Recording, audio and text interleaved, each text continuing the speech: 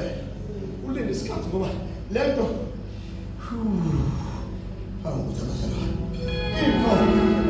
into yabantu.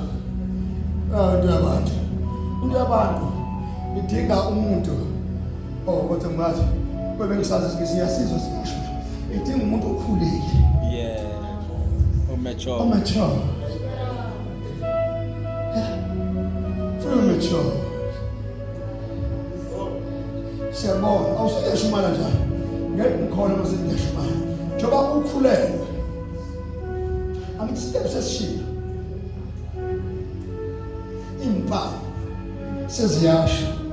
Zasha impawu. uMaria kuthana. Wenze njani? Khulelwe. Lendlela ayihamba ngayo. Angiyashumana abafutha ubuyekile. uMaria wathi maye eqala ukukhulelwa. Ebusweni bakhe washintsha. Ukudla kwashintsha. Yokuhamba kukaMaria kwashintsha. Hayi Maria ushintshwa yini? Ngoba sikwazi. Ndethanda lezi zinto. Maria phakathi kwabantu wavele washintsha wedwa. Wangabi nawo amahloni Maria okushintsha yedwa phakathi kwabantu. Econtrolwa isisu. Econtrolwa yinto ayikhulele. Yamshintsha ukukhuluma. Yamshintsha ukuhamba. Yamshintsha isikhathi sokulala. Yaqala lento manje yamlawula. Kanti yini lento ethi mayine la emzimbeni ngoba yathi ayida iBhayibheli lithi uNkulunkulu waphefumulela kuwo. iBhayibheli waba kanjalo uphefumula njalo mophila. Right. uNkulunkulu wafaka kanjalo. Thelela kwakhe uMaria wenza lento eshuwa ilongelo. Imani bafethu ngesikhathi uNkulunkulu eze Eden uAdam engasekho lo wayephakathi. iBhayibheli lithi uAdam wenze njani? Waqasha ebusweni kaNkulunkulu. Usho ukuthi uAdam mangalinganisa ngani njengebandla lamanje. Ibandla lamanje liyakwazi ukuqasha esontweni. Ishumayele. Ihlabelele. Kodwa engasekho. Alinayo inkinga ngoba ingqondo linayo. Liyawazi ama-verses. Liyazi ukuthi malifuna ukubamba abantu libabamba ngaliphi ivesi. Bayaprepare. Beprepare abantu. Now yenza lento yenziwa ukuthi lo onawulayo akasekho. Hey bafethu too much noma ikahle siyalingana ngizonibonisa ukuthi yenze kanjani. Right, wazala ke yazalwa bayizalwa ke naye mabe mthatha uJesu bathi uJesu John chapter 1 ngithi iBhayibheli lithi ulizwi waye enguNkulunkulu enguNkulunkulu iBhayibheli konke kwavela ngaphandle kwakhe akuvelanga kodwa simthola ethi uqala uhambo yedwa ekhuluma nabantu eshiya unina noyise ngasemva. Kwasho ukuthi kunezinto uJesu kunezinto uNkulunkulu ekufanele kuleli lizwe njengoba senyathele naye afundiswe. Afundiswe. iBhayibheli wasala uJesu ibanga lika ngosuku. Kodwa uyise nonina bamba bebenze njani? Babemfunelana kanti uNkulunkulu ufunelwana uNkulunkulu. Ingoba izwe akulo ubizwa ukuthi noma esekhona ahlale phansi. Uyingane la kuleli bakhona abantu abangaphambili efanele bakufundise. abagcwele umoya kaYihlo. Abagcwele umoya kaYihlo bazokufundisa ukuthi mase ulapho hanjwa kanjani. iBhayibheli manje lichaza ukuthi uJesu akazange azeqe intebe. Wahamba njengalokhu uyise eShilo nangalokhu uMaria emfundisile. Bafethu uthi manje siyahlala. Indaba yami isuke ingilelo mfundisi mina yangidala ngoba isuke ngidala nini. Right. Manje bishop uthi singena kanjani nje endabeni kamoya nebandla. Singena kanje. Ibandla umphostoli umthethwa lisele kude. Hamba kuze. Babuze one by one. Babuze one by one. Ibandla likamoya uma bekhumbula obaba yeke nje ilento lesibukayo. Uma bekhumbula obaba masikhumbula abapostoli emandulo. Abapostoli babethandaza. Babezilungile.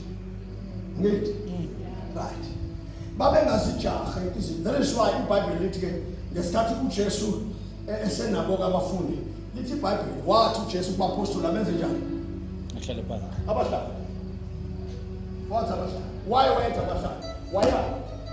Nikhumbule bafethu ukuthi abantu abahamba noJesu babengena mokhumula kahle njoba babengena moya babengakholwa kahle ukuthi ngileshi babengakholwa abantu noJesu abapostoli babo babengakholwa bebona uJesu belazi izwi lika Jesu ehamba nabo enzima uJesu nemangaliso kodwa babengakholwa beya enkosini bewaphatha amaBhayibheli ebafundisa uJesu. Ukhumbule ukuthi iBhayibheli uPetro bashiswa ukudoba balandela uJesu. oPetro babedoba ngathi babengadobi lokudoba nje mfuna ukudoba ikhuphashi babedoba kwakuyibhillion profession ngisho kahle ukuthi babefana nabantu abahothisha ukuthi uthisha mefunda esikoleni nabo babengalelo benezitifiketi zokudoba kodwa bashiya ukudoba balandela uJesu. Washo ukuthi njengoba bemlandela uJesu akudodwa la uthi uJesu ngizonenza abadobi babantu ngamagama abakenziwa abadobi kusathiwe kubona abamlandele. Uyabona lo ibangela into kangaka belandela uJesu bazalwane bengakafundi ukudoba. uJesu sabafundisa nje izwi lakhe uhamba nabo uyabafundisa. Labantu bahamba nabazalwane banayo ingqondo ngoba bekufanele ke ingqondo ibuyiselwe kubona njengabantu bese bebuyiselwa njengabantu kusale ukuthi abanamoya. Kusho ukuthi uJesu wayethemba ukuthi njobe nezwi lami bazokwazi ukuthi izwi lami malihlangana nomoya kuzophuma umngani bami. Now awukwazi ukuthi umzalwane egcwele iBhayibheli umzalwane egcwele iBhayibheli bese ucabanga ukuthi ungamethemba. Hayi ngihamba kahle ngaba awukwazi ukuthemba umuntu ogcwele iBhayibheli bese uyamethemba ukuthi lo muntu angakwazi ukuma ame nabantu abafundisa ame nabo eyakuJesu ngoba lo muntu akanawo amandla. Uyafundisa nje kodwa amandla kanjani? Akanawo. Right. uJesu ke bafowethu ngoba ngiyoqeda manje ma efika uJesu ethi kulaba abahlale abasebenze njani bamukeliswa manje. Why athi bamukeliswa manje? Amandla phela hafu kuyofunda iBhayibheli. iBhayibheli selifundiwe. Fundiwe manje iBhayibheli. Sekufanele manje kubonakale amandla okufunda iBhayibheli. Now, ubani khona njengoba uNkulunkulu mayebuka kulezinsuku uyabona labantu bakude kakhulu njengoba lo ezonda lo othalazanini uyabaza ngoba mina ekhulumile bakhulumile kusho ingqondo isakhuluma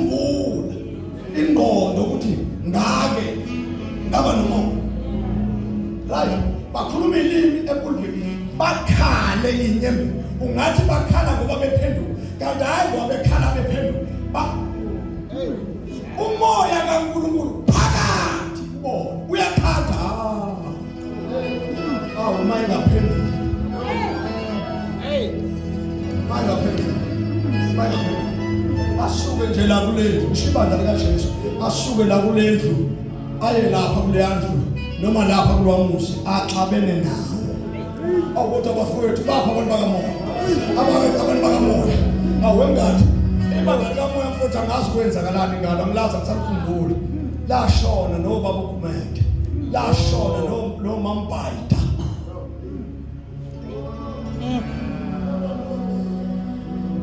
uthi uhleli baba uhleli kanje leli bhanti ukwazi kahle leli bhanti manje akuselona la umoya ingcwele usekhulumile hayi ebantwini kuwe uthi leli bhanti akuselona la uthi uphuma la ukhala inyembezi ungakhaliswa umfundisi ungakhaliswa ukuthi kuthiwa sekwehla amandla ukhaliswa imfihlakalo phakathi kwena ithambo onikela ngebhanti ulinikele ungathandi unikeliswa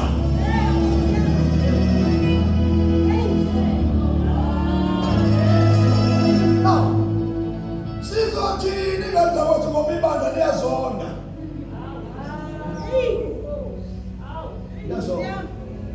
yazo ibandla lingenelana owase gospel angene Faith Mission uzalwane ophuma la esontweni lase gospel Faith Mission ukadlile gospel hayi kancane ukadla ngempela awuthi babheka labantu ukuthi abantu bakabona hey ilimi sekho imfihlakalo ayisekho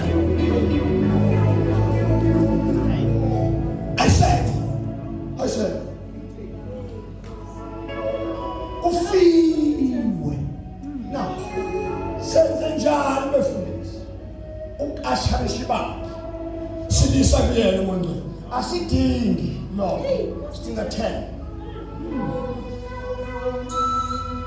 sidinga 10